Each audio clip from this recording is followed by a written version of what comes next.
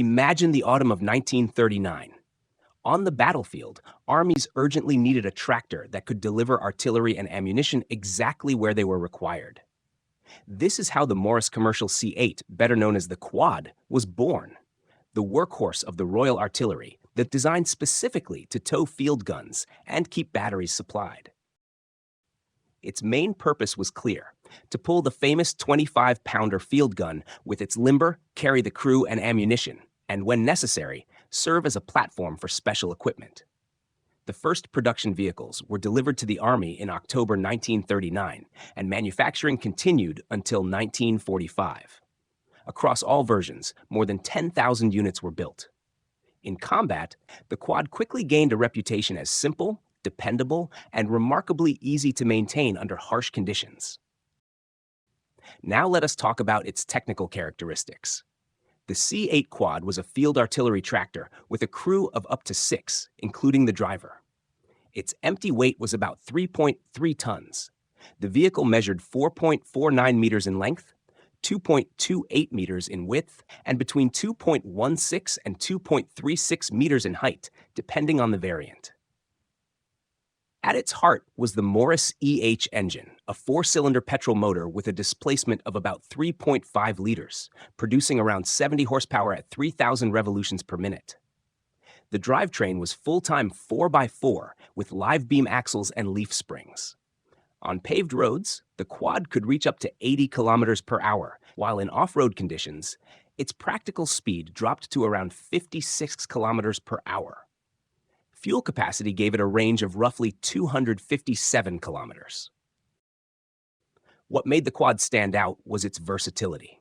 The same chassis was adapted to different tasks, from towing artillery to being converted into van-bodied versions. Its design allowed for fast field repairs, meaning mechanics could fix it near the front lines without much difficulty. For the crew, the vehicle was compact yet practical, with carefully planned storage for ammunition and equipment that sped up operations in combat. There are also some fascinating details that are less widely known. Early production models, known as Mark I, were quite different from later ones.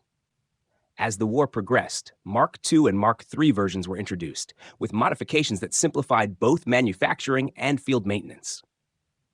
During the evacuation from France in 1940, many Quads were abandoned or captured, and the Germans occasionally pressed them into service for their own artillery units. After the war, the C8 Quad remained in service, even taking part in the Korean War and continuing to serve in various colonial campaigns, a clear sign of its durability and long lifespan. Collectors and restorers often point out the small variations found on surviving vehicles. Factory markings on the chassis, changes in the rear body structure, and the way toolboxes and storage racks were mounted all differed, which is why no two surviving Quads look exactly alike. For enthusiasts, this adds to its character and makes every restored example unique. In the end, the Morris Commercial C8 Quad was never meant to be glamorous. It had no armor, no heavy firepower, and no fame compared to tanks or fighter planes.